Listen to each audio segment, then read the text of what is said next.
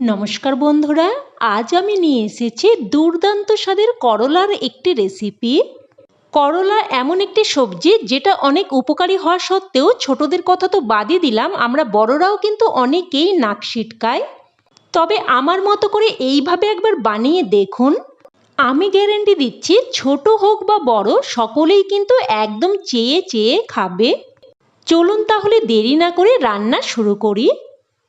তো প্রথমেই আমি এখানে নিয়ে নিয়েছি 250 গ্রাম মতো করলা, আর এগুলোকে কিন্তু খুব ভালোভাবে জল দিয়ে ধুয়ে নিয়েছি।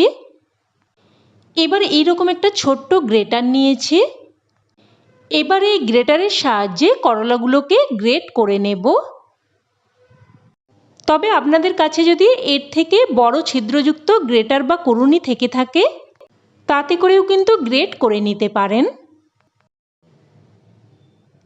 তো দেখুন সমস্ত করলাগুলোকেই আমি গ্রেট করে নিয়েছি। আর এই করলার বীজগুলো দেখুন বেছে নিচ্ছি, আর এগুলোকে আমি বাদ দিয়ে দেব। তবে একদম যদি কচি করলা হয় সেক্ষেত্রে কিন্তু বীজগুলো দিয়েও দিতে পারেন। এবার করলা থেকে এইভাবে একটু চেপে চেপে জলটা কিছুটা বের করে নেব। আর আপনারা যারা তেতো খেতে পছন্দ করেন তারা কিন্তু এইভাবেই সরাসরি রান্না করতে পারেন। আর যারা তেতো খেতে একদমই পছন্দ করেন না তারা কিন্তু জলটা এইভাবে একটু চেপে চেপে বের করে নিতে পারেন। তো দেখুন জলটা কিছুটা চেপে বের করে নিয়েছি, আর এই জলটা কিন্তু আমি রান্নাতে দেব না। এবার গ্যাস অন করে কড়াই বসিয়ে দিয়ে দিলাম ছোট চামচের 2 চামচ মতো সর্ষের তেল।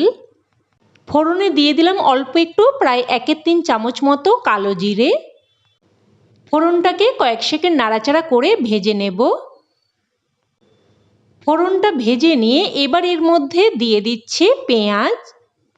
এখানে আমি একটা মিডিয়াম সাইজের পেঁয়াজকে কুচিয়ে দিয়েছি, আর দিয়ে দিলাম রসুন।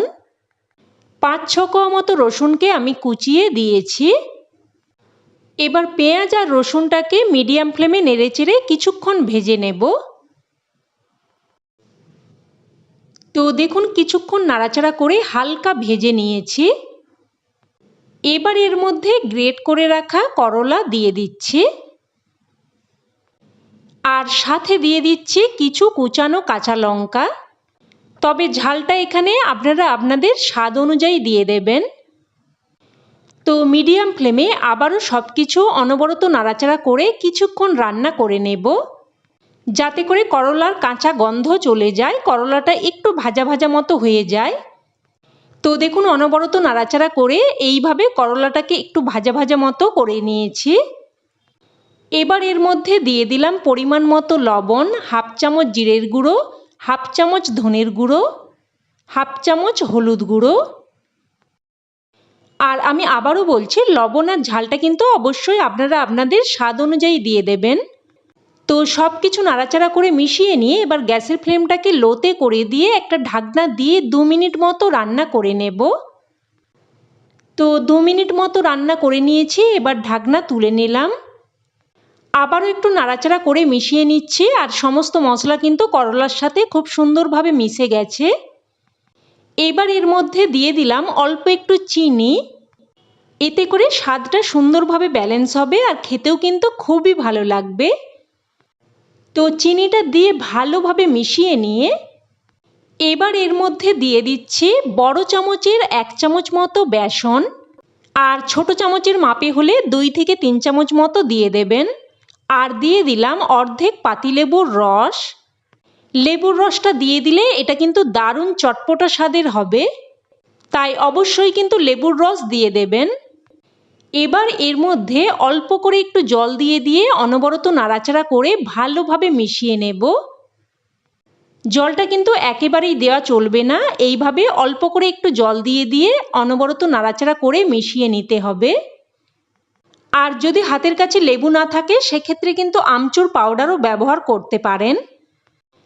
তো দেখুন এইভাবে অনবরত নাড়াচাড়া করে মিশিয়ে যেতে হবে। তো এইভাবে একটু মিশিয়ে নিয়ে এবার এর মধ্যে দিয়ে দিলাম কিছু কুচানো ধনেপাতা। কুচানো ধনেপাতাটা দিয়ে ভালোভাবে মিশিয়ে নেব, আর কড়াই থেকে এইভাবে কিন্তু যতটা পারা যায় ছাড়িয়ে নিতে হবে। তো এটা একদম তৈরি হয়ে গেছে। এবার এটাকে একটা প্লেটের মধ্যে নামিয়ে নেব। তো নামিয়ে নিয়ে এটাকে কিন্তু ভালোভাবে ঠান্ডা করে নেব।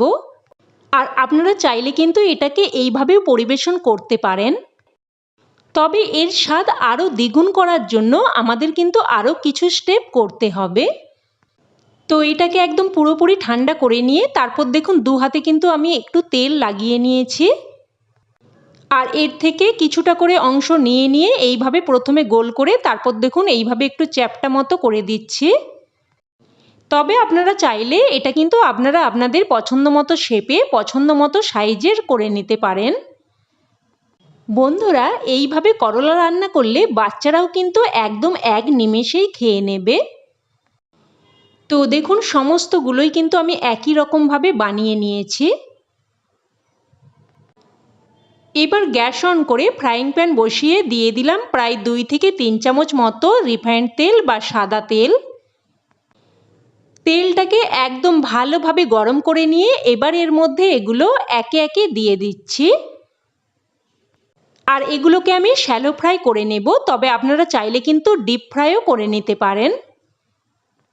তো এবার এগুলোকে মিডিয়াম ফ্লেমে উল্টে পাল্টে দুদিক লাল করে ভেজে নেব। তো মিডিয়াম ফ্লেমে এক পিঠ প্রায় 3 থেকে 4 মিনিট মতো ভেজে নিয়ে অপর পিঠও উল্টে দিচ্ছি আর উল্টে প্রায় আবারও 3 থেকে 4 মিনিট মতো ভেজে নেব। তো দেখুন এইগুলোকে এইভাবে উল্টে পাল্টে একদম লাল ও মুচমুচে করে ভেজে নিয়েছি।